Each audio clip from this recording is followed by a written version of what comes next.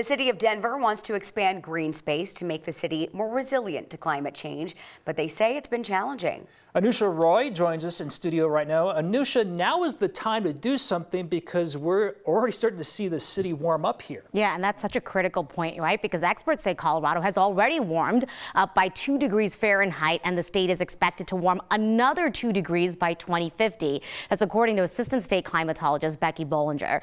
That's essentially meaning we're already shifting towards days that are warmer and more frequently. So think about all those long stretches of 90-degree days or hotter that have really caught our attention.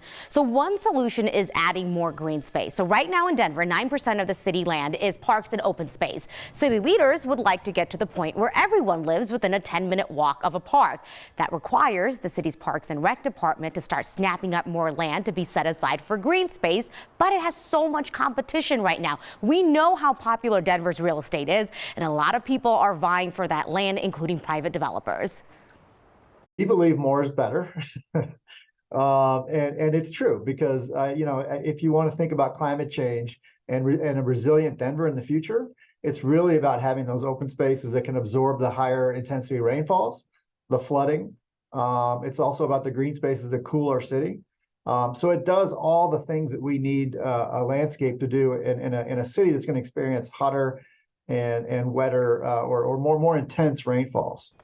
So this is not about pitting the city against developers, but trying to get everyone on board with adding in green space. Denver's passed ordinances to get developers to incorporate more green space into their new bills.